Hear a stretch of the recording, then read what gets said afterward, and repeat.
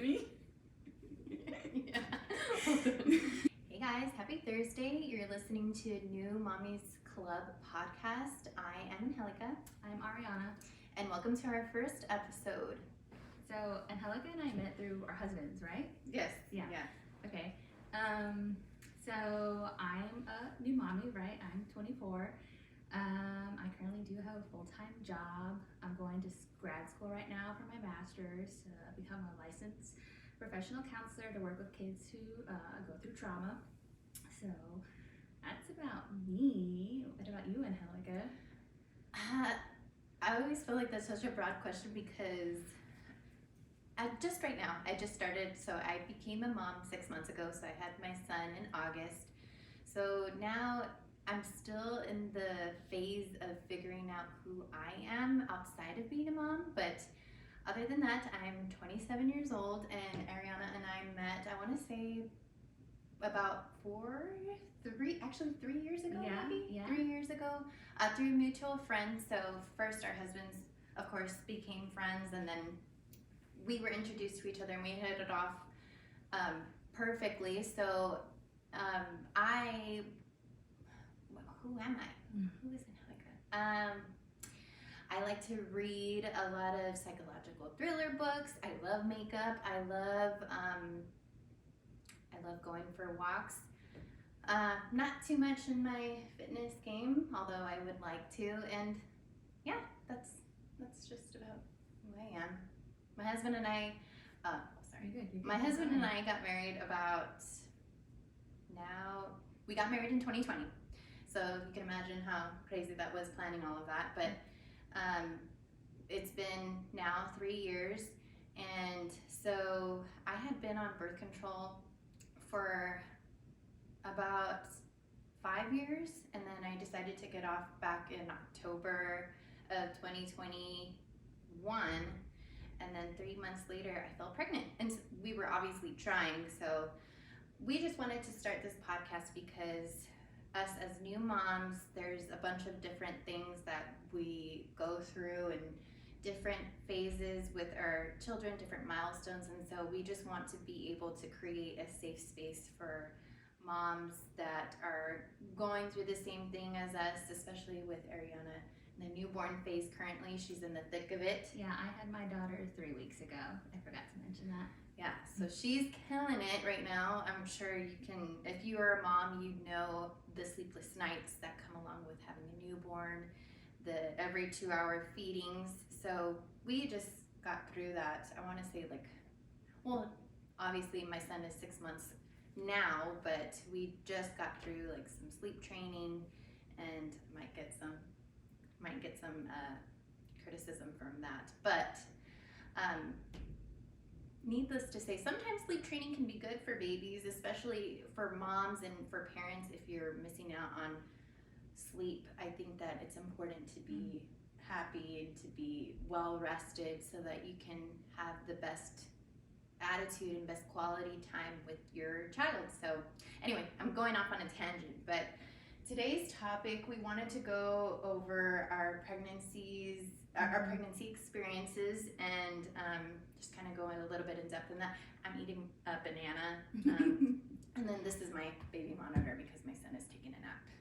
So I just want to add to more about my life. Me and my husband are high school sweethearts. So we've been together for 8 years, but we've been married for 1 year. And then I wouldn't say we were trying, but it was just like, if it happens, it happens, you know? And so essentially, like at our honeymoon in March of last year, I stopped. And I also wanted to see too, like, can my cycle get regular after birth control, you know, because I was on it for so long. Yeah. And then so I stopped in March, and in May we were pregnant, and yeah, it's been a roller coaster of a pregnancy, and we're gonna get into that right now.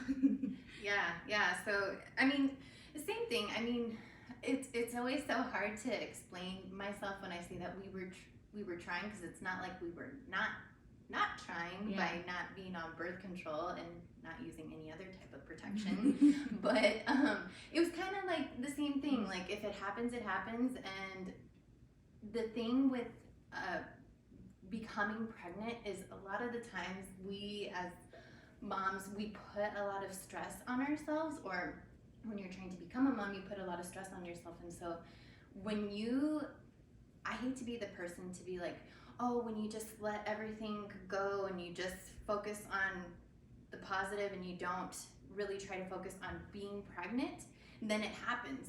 Or it happens when you least expect it, because that's always annoying for someone who has been trying for several months or years maybe. So that's basically what happened to us, and everybody's situation and everybody's fertility is so different, and so that's why I think it's always important to figure out your cycle, because it's so crazy. Like we don't know the luteal phase. We don't know when we're ovulating. I didn't know that type of stuff until I was actively trying to get pregnant, and I think that that's something that's missing in our school system, or something that we as moms should be more comfortable sharing with our daughters and stuff like that. But so going into our pregnancies, did you want to start first, since it's so fresh? So yeah, I just had my daughter 3 weeks ago. She actually came 3 weeks early. I had a whole bunch of issues, really. I got diagnosed with preeclampsia.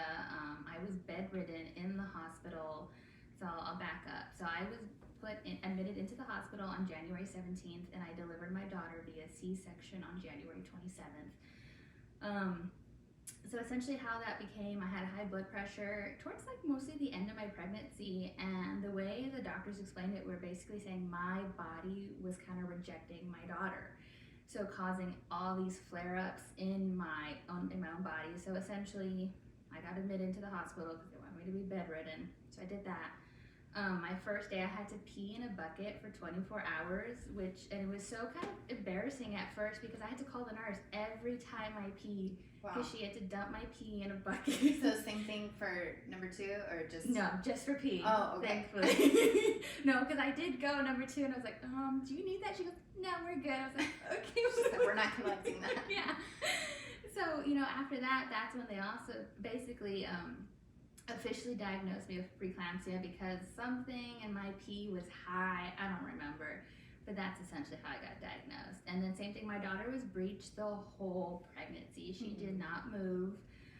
So at the end of the day, it was like, yeah, your only option is a C-section. But backing up even more, I did not enjoy pregnancy. I will be happily to admit that. I know everyone's like, it's the best time, you're glowing. I'm like, nah, I hated it. Yeah. I hated it. I hated the way it did to my body.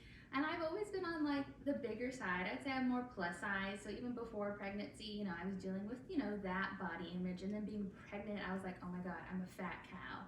And my husband and my mom, everyone's like, no, you look great. Your bump is cute. I'm like, I look like a fat cow. Stop lying to me. You feel like it, but it's hard to hear what other people see on the outside. Sorry. No, you're good. Yeah, it's that, and it's like, that you should feel cute, but it's like I did not feel cute. I felt hideous, and I hated going out and everything like that.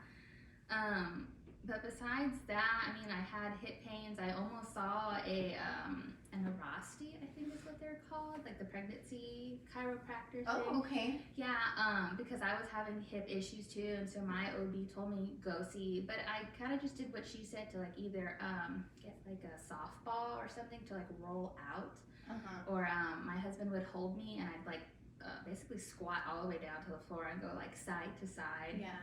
Kind of move her lower, move her position. And just see like what would alleviate the pain and everything. So that was fine. I never ended up going to it, but it was a good option to like have. Yeah. I had horrible morning sickness. So everyone, the whole wife cell was like, you're definitely having a girl. Yeah. And I was like, I don't know. I wanted a boy, but I got a girl. It's okay. I wanted a baby. Yeah. You were happy with whatever you were gonna have. Exactly. So yeah, I had horrible morning sickness. I had it starting about 7 or 8 weeks, and then all through my first trimester. I want to say my second as well. I got it a little bit here towards the end of my third, but it was mostly like she was telling me, you need to feed me or I'm gonna make you throw up. So it's like immediately as soon as my eyes opened, I had to shove something in my mouth. Yeah. Let me see. I really didn't have any cravings. I felt like I, for some reason, craved more like healthy things like grilled chicken. Mm-hmm. Like if I did eat the fried things, like yeah, of course it's delicious, but afterwards, like I feel like shit. Isn't that crazy though? How our bodies are just, they're telling us, or even our babies when they're in the womb, they're telling us what they want to eat already. It's that, and then I love spicy food. I've always been a spicy food lover. So when I was pregnant, my daughter hated it. She made me throw up all the time. Anytime I ate spicy food, upset stomach. I can't imagine throwing up something spicy. The burn. I did it. I continued to eat it. And I was telling my OB at one appointment, I was like, yeah, she like hated spicy and now like it's pretty good. And she was actually telling me you can train them to eat. Yeah, so she's like, so when essentially they come out of the womb, they'll be more accepting of that food. Yeah. So she might have a higher spicy tolerance when she gets older because I ate so much spicy food. I didn't know about that. Yeah, that's what she was telling me. I was like, that's interesting. So I was like, should I have ate more fruits and vegetables before they get to that toddler phase and they don't want to eat anything but chicken nuggets and French fries. Oh wow. Yeah. I forgot to mention too, another thing that made me have such a high risk pregnancy at the end is I had a low amniotic fluid my whole pregnancy. I didn't move up from, like I guess on their level scale, from a 9. I kept going from a 9 to all the way up down to a 5. Wow. And supposed to be get to a 5 or lower, that's like no more, you're going into like emergency C-section or whatever. Yeah. And so for some reason that never went up for me, and especially when I was reaching those second and third trimesters, they're like, you should be at like 12, like up here. And I never reached that. And it's like I was consuming water, but essentially they were just telling me she wasn't peeing enough inside me. But again, that was another like issue, is like always worrying, like, is there enough fluid? So like when I did have my delivery, my OB was like, yeah, you barely had anything in there. Like, you know, so I was like, I'm glad she came when she did, even though it was early. Yeah. But she was fine, so which is great. It's great. Yeah. But yeah, I feel like that's essentially the initial board. It's nice to hear because obviously we're friends, so I heard about your delivery story and your pregnancy as we would visit each other and talk, but I think now hearing it again and more in depth is like, wow, I can't imagine going through that. So I had a really smooth pregnancy. I didn't have any type of morning sickness. I maybe had heartburn towards like my 3rd trimester, but that was because he was getting bigger, so he's pushing on a lot of my intestines, and so that's why. But other than that, I really enjoyed pregnancy. A lot of people are like, I was ready to get the baby out as soon as possible, but I could have gone seriously for probably another trimester. So I gave birth to my son 39 weeks and 5 days. So he was due 2 days after I had given birth. But I had a lot of cravings, and what I craved the most is pho soup. It's that Vietnamese soup. I really loved it. I really loved eating that with my husband. We would go pretty much almost every weekend to go have pho. I was working at a med spa at the time, and I noticed that, so I worked there until I was about 3 or 4 months.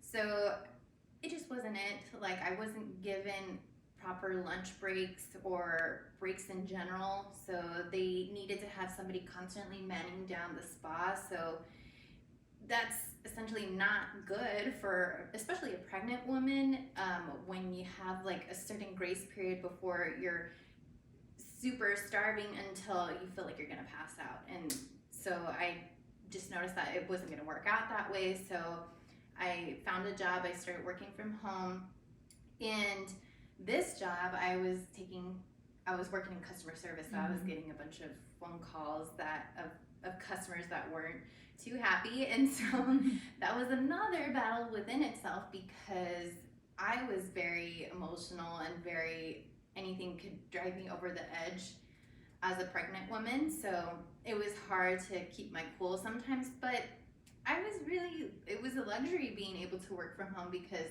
I don't know how those essential workers do it, working on their feet 24 or 8 hours a day, and your feet start swelling up and you're super tired. I don't know how nurses do it. Well, I worked remote too. I mean, I still work remote from home, but I had to go out every month, twice a month, to go see clients, and just even seeing 10 clients in a day, it was exhausting. So it's like, yeah, I couldn't imagine nurses or teachers or, you know, people who are on their feet all day doing it. Because after just those 2 days, I was like, I'm done. Yeah. Don't talk to me. Yeah. And that's the thing too, is I also had to keep in mind that I needed a good health insurance, because I was going to be giving birth soon, and so it's not cheap. I'm not going to lie and say that nothing about having a baby is inexpensive.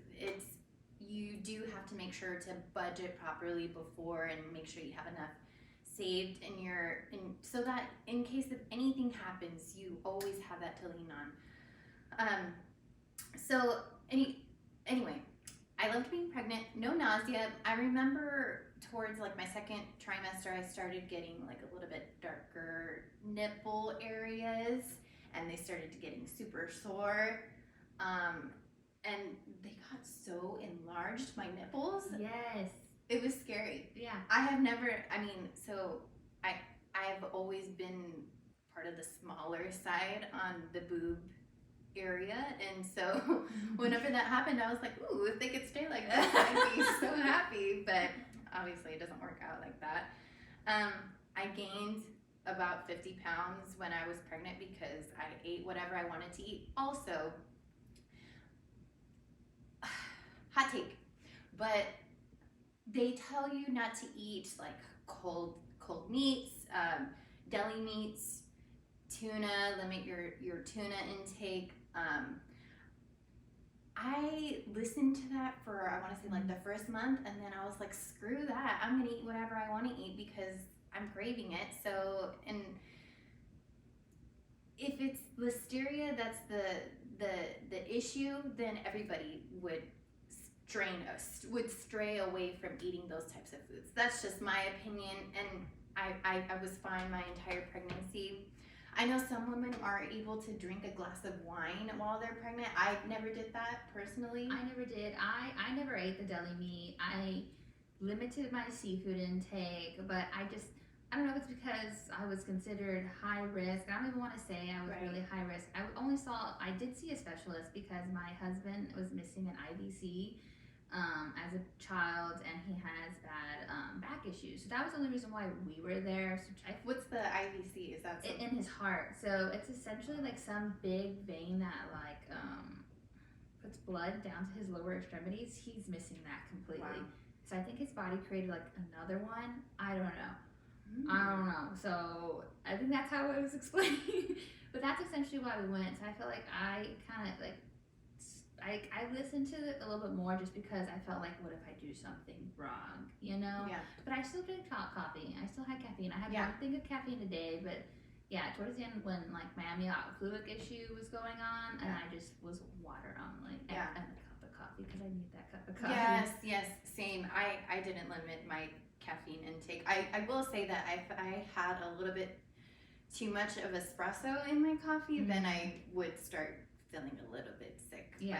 But, I mean, that's normal. Whenever you have a little bit too much espresso, everybody gets the shakes. Let's see. I didn't read any books to prepare while I was pregnant.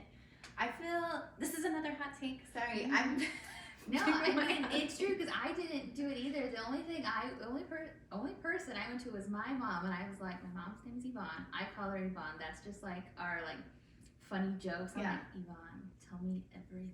Yeah. You know, because she had me, she had my siblings. They're twins. You know, so it's like, I don't know. That's who my knowledge is power person, right? So that's who I went to.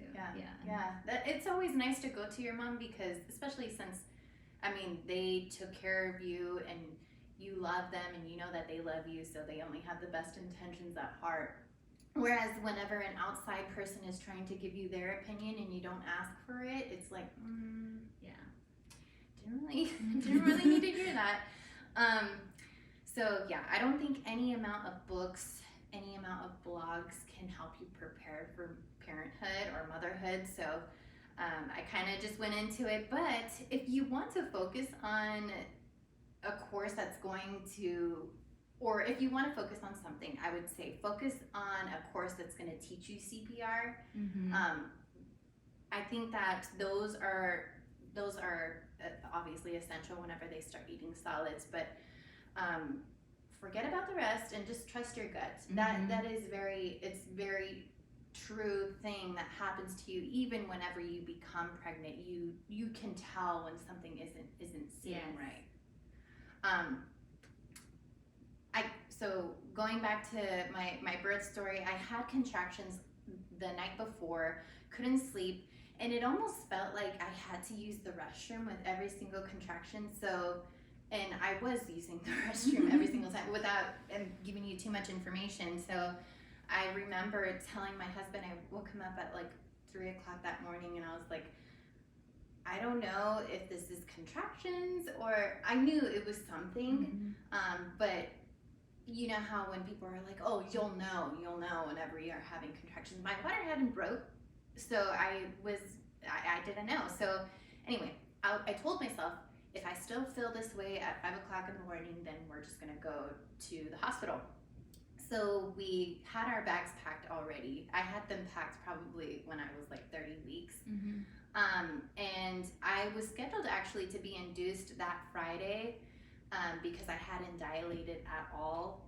And that's one thing that I probably won't do for my next pregnancy is check how dilated, the dilation check, only because your body will be ready to give birth whenever it's ready. Besides your case, I had no issues while I was pregnant, so there was no need for me to schedule that induction. There was just no issues. So we got there, and I was only 1 centimeter dilated. So they had me there for about an hour, and they said if I hadn't progressed within that hour, then I would be sent back home. And I was just like, oh God, that's when the contractions started getting worse. And I was like, there's no way that I haven't had any type of progress within that hour. So they checked me again, and I was at 4 centimeters. So then they were able to admit me to a room. But that was a whole long issue. Excuse me. Apparently a bunch of moms were giving birth in August, so every room was taken. So they were waiting for one to let me in, and I remember feeling so bad because there was another mom that had come in, and they checked her, and her water had already broken.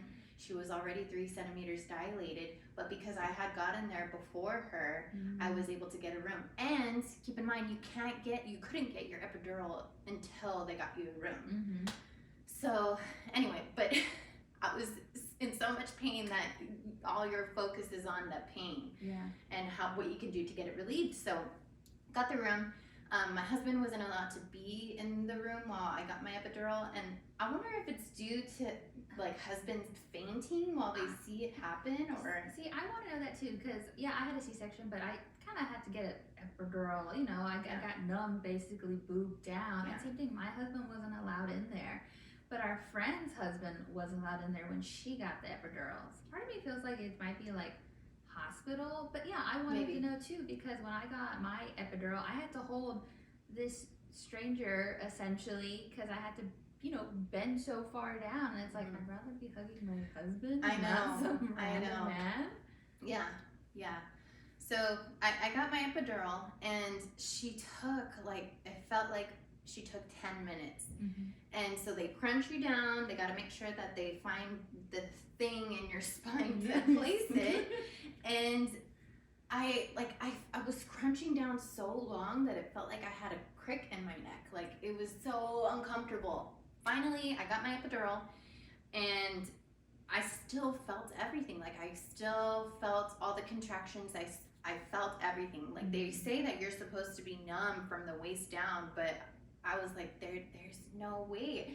And so I told the nurse, I still feel everything. And she's like, well, wait for about 30 minutes or so, and it'll start kicking in by then. Waited 30 minutes, waited an hour. So it was a pretty quick birth. So we got there at 6 a.m. and I gave birth to my son at 2 o'clock that afternoon. but it did fill pretty quick by the time I got a room. So I progressed really quickly, and I think they probably gave me an IV to see if that would help.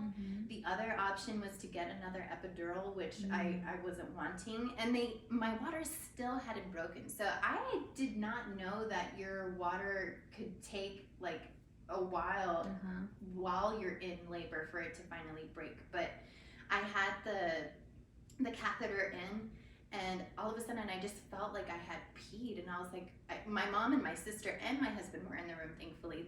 At the time they told me that only my mom and my husband could be in the room. But I guess because everything happened so fast, they weren't able to shoo my sister out of the room. But I'm kind of thankful though, because it's a nice experience that she was able to witness that. But it felt like I had peed myself, and I was like, did I pee myself? And my mom's like, no, your water broke. And it was just the weirdest feeling. And then all of a sudden I started feeling like I had to take the biggest poop. Like my body was physically forcing itself to push. And the nurse was telling me, you can't push, stop pushing. And I was like, I literally can't stop pushing. Like my body is making me push. And so we did a couple like practice pushes, and then the nurse left, I guess, to go get the doctor. And I remember looking, and I was probably about 9 centimeters by that time, ready to go. And my mom was holding my hand, and my husband was on the other side giving me like ice chips because the pain is so bad. I'm always weary about mentioning how painful it is because I don't want to scare other people. Everybody's labor experience is so different. But yours is different. I mean, I supposedly had contractions when because I had to be monitored twice a day, and supposedly there were some high ones, and they're like, "Did you feel that?" I was like, "Oh, you're so lucky." But again, everyone's different on pain. Yeah. So, I mean, if yours was painful, I would own it honestly because I mean, it was your experience. Yeah. So. The nurse walked away to go get the doctor, and my doctor, my OBGYN that I thought was gonna deliver my son, was out in Florida.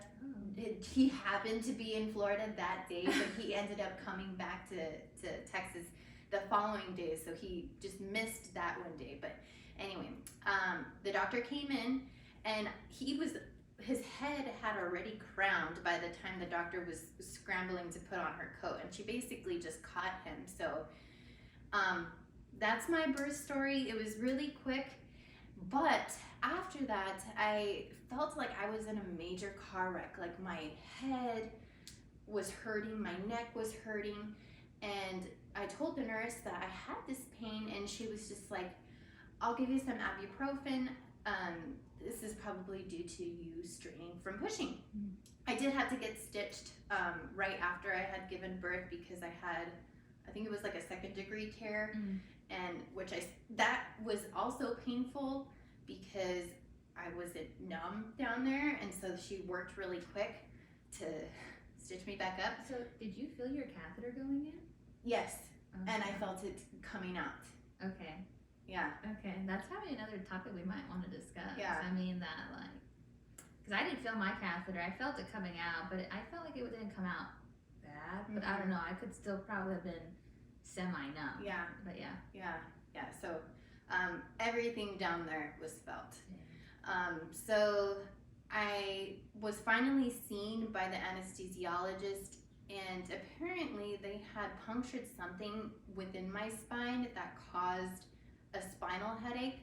So the only relief that I got was when I was laying flat on my back, and so that caused a whirlwind of emotions because I was wanting to breastfeed at the time, and so it's hard to get a good latch whenever you're laying down, especially if you're new at it. If you're a new mom, you don't know what the heck you're doing. You just gave birth, everything is just happening all at once, and you get that lactation specialist come in, and they're there with you for probably, for me at least, she was only there for maybe like a good 15 minutes helping me, and then she left, and then I was just on my own. But where am I going with this?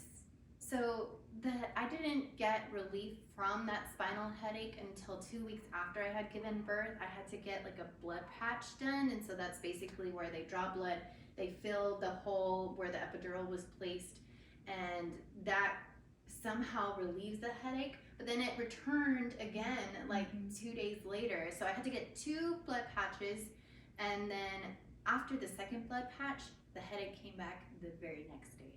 So I was just like, you know what? I'm just gonna have to let it take its course. They recommend you to like drink a lot of Coke, a lot of caffeine. Really? Something about how, like, you know how whenever you have have you ever had a migraine or anything like that? So they recommend if you have a migraine to drink a lot of caffeine because somehow that gets rid of the headache. So I remember sending my husband to go get me some Cokes, and they had prescribed me some pain meds, but no type of pain med was able to help. The only relief I got was from laying down. So whenever we got home, it was a lot of my husband taking care of all the work, basically, unless I was able to have my son lay there in bed with us. We had a little like bedside bassinet that we were able to like sleep him in or lay him in. But my baby, he just always wanted to be held whenever he was a newborn. So that's a whole conversation within itself with safe sleep and sleep by itself. But anyway, I felt better. So there is a light at the end of the tunnel. If you get a spinal headache, just know you will feel better. This isn't something that you're going to be chronically diagnosed with later on. I remember thinking the worst thoughts. And so you also get the baby blues too.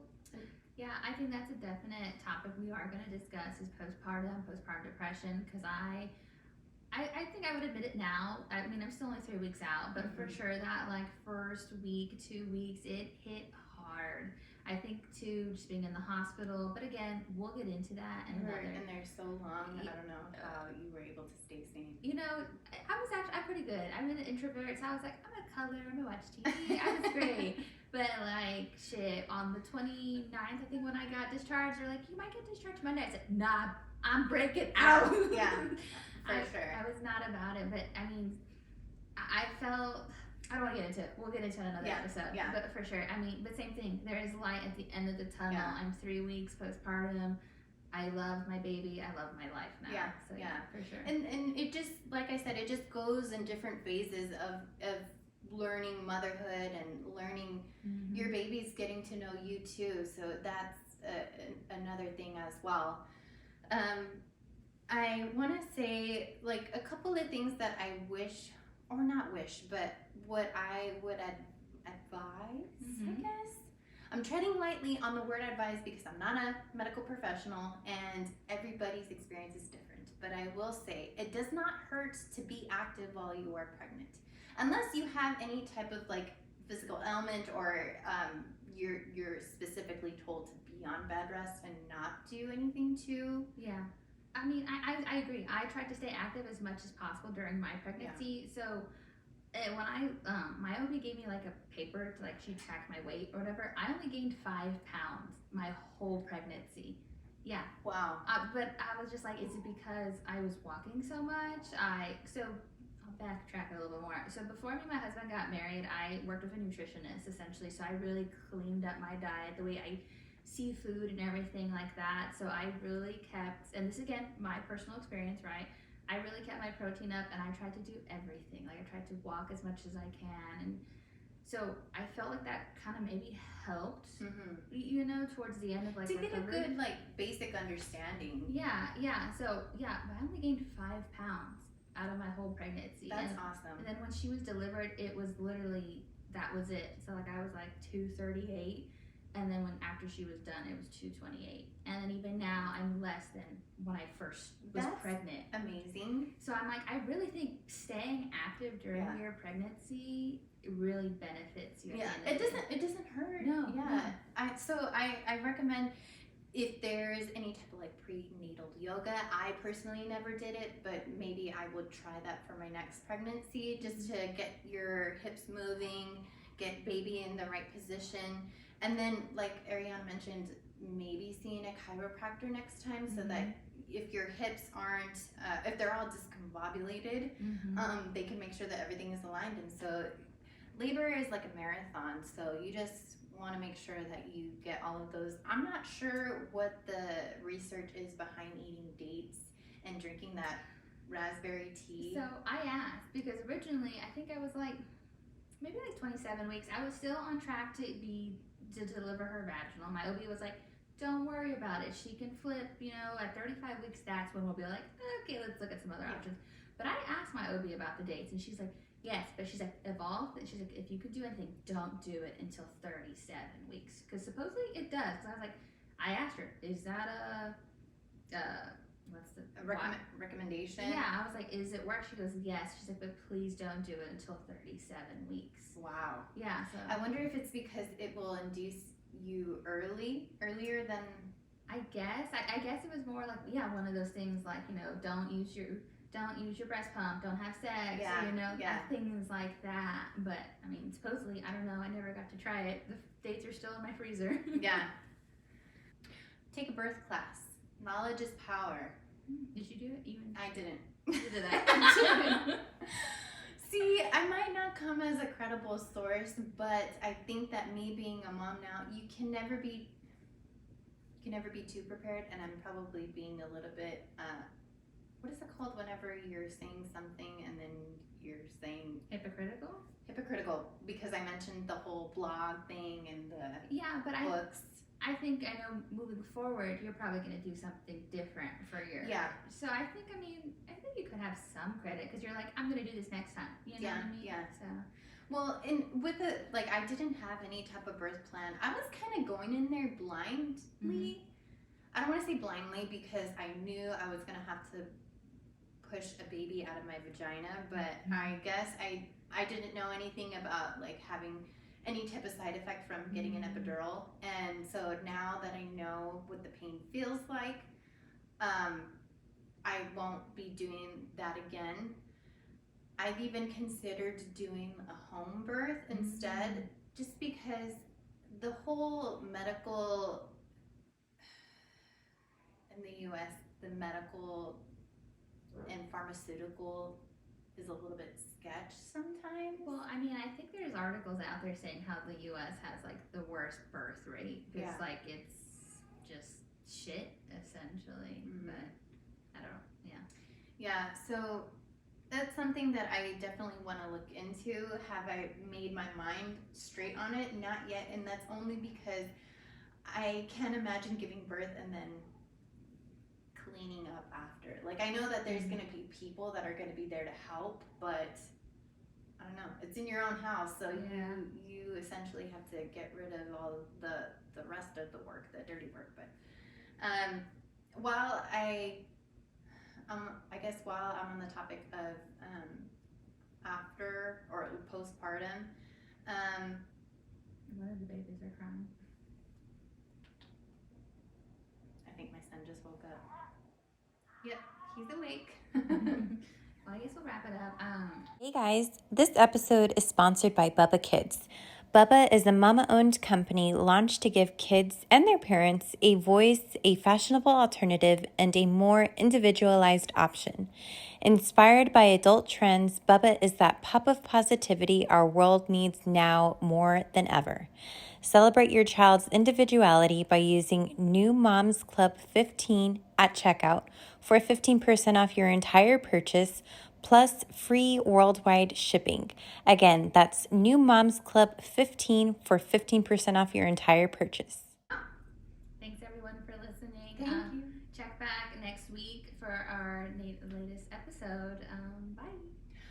And make sure to follow us on all of our socials. It's New Mommies Club for any type of updates. We have it on Instagram and TikTok. So and we're also going to be creating a website, but it's coming into the works. Thanks everybody. Bye.